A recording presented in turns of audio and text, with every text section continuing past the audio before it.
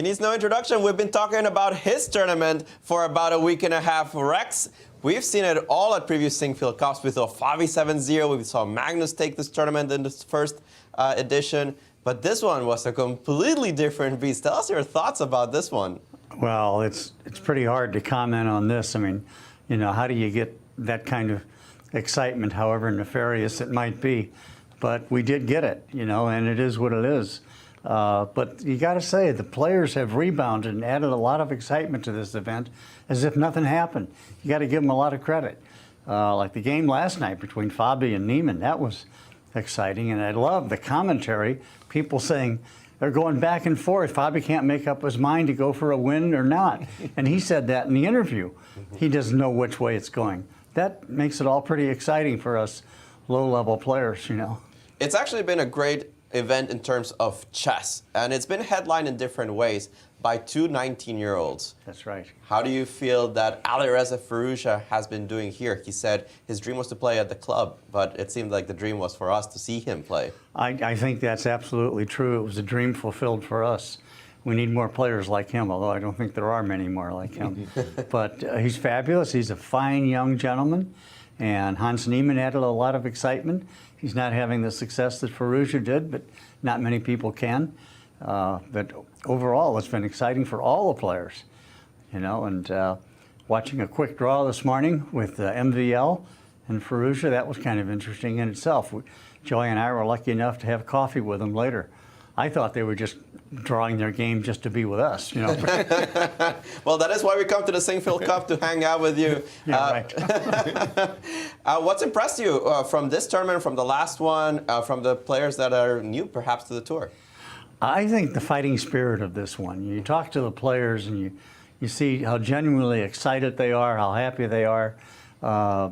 Despite the way things have gone, they've all bounced back. It's been a really good event, I think, for the entire chess world. And the players, and of course, the three greatest commentators in the world, we owe it all to them. There's no question about that. We always appreciate that. Tell us a little bit about that from the PR perspective. We saw this just explode over the internet. Of course, unprecedented news when Magnus Carlsen withdrew. But when were you informed about this? How did you learn about it? Well, I was watching when it happened. But I was talking to Anastasia last night about it, and I didn't realize how extensive the coverage had been worldwide. She was telling me the hits were between 2 and 3 million every day. I mean, this is stunning, you know. You got to give it. Magnus is a great personality, and his actions brought some attention to this. How do you feel personally as somebody that puts together the best tournament in America, arguably one of the best tournaments in the world every single year, and this one, we always looked forward to having the world champion participate, and boom, he just leaves?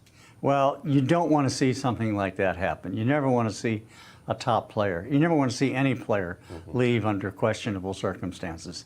So it's unfortunate, but it is what it is, and I have total respect for all the players involved, and I have no ill will toward any of them. I think they're all great, and they've all tried to do a good job, and they've worked in accordance with their own best conscience. We will see Magnus back in events. Oh, I'm absolutely sure. He likes being here. He was very public about that, and I've heard him say that himself. A couple of years ago, I was walking out of the club with he and his father, and he looked around and he said, "Dad, this place is really nice. Why don't we move here?" Well, that just, you know, that just filled me with joy. You know? Absolutely. No, Alireza himself said it, how it was spectacular, the high class that surrounded the club, and of course everything inside that club, even though we're in the middle of renovations. Yeah, I know. That is really amazing. You got to hand it to Joy and Tony and all of her staff. I mean, Joy Bray is the greatest. And you know, the problem with my saying that is she's probably listening right now. And she's going to take it all very seriously, you know? So how do I get out of that one? No, but they've done a fabulous job. And you're absolutely right. I mean, this neighborhood is one of the best neighborhoods in the world. Like you, I've been all over the world and I've seen them. And I don't think it's really hard to compare to this one. We're surrounded by culture and beauty and great architecture and tremendous history.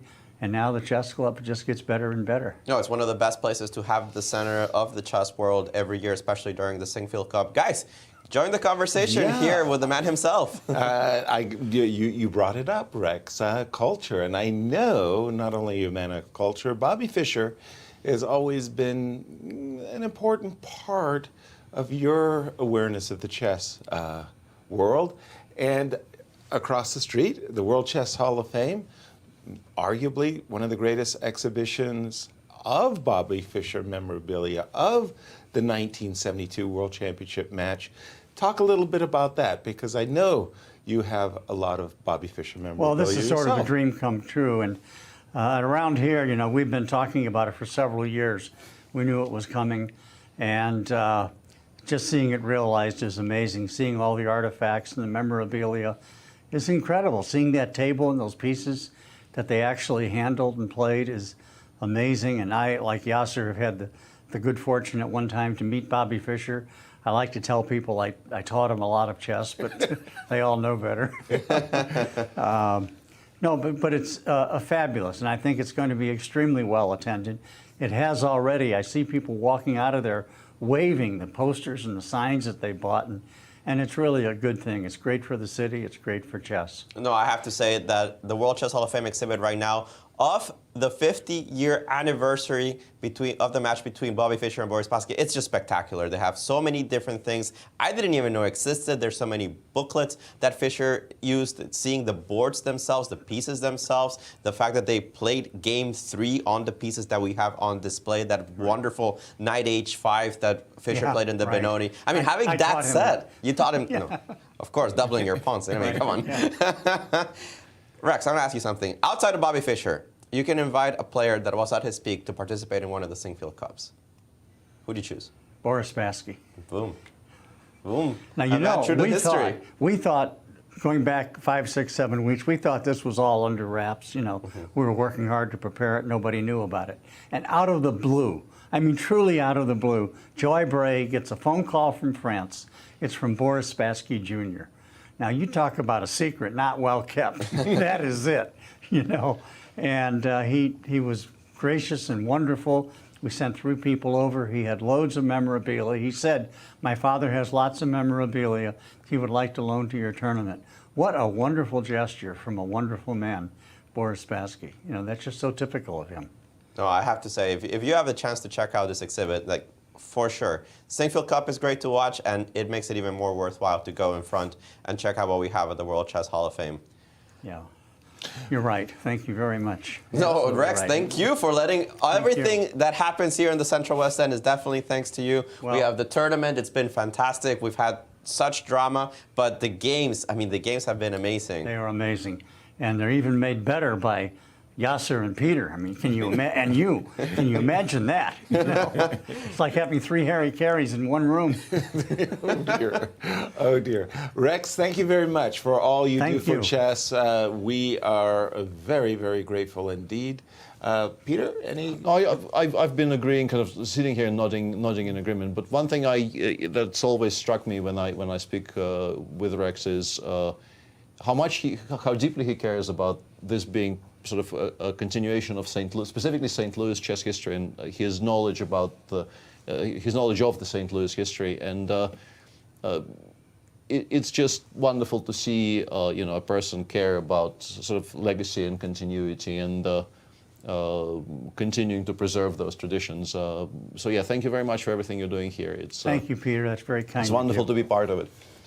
Thank you. Once again, Rex, gracious thanks. Gracious thanks. Thank you. Jumping back into the games, Jan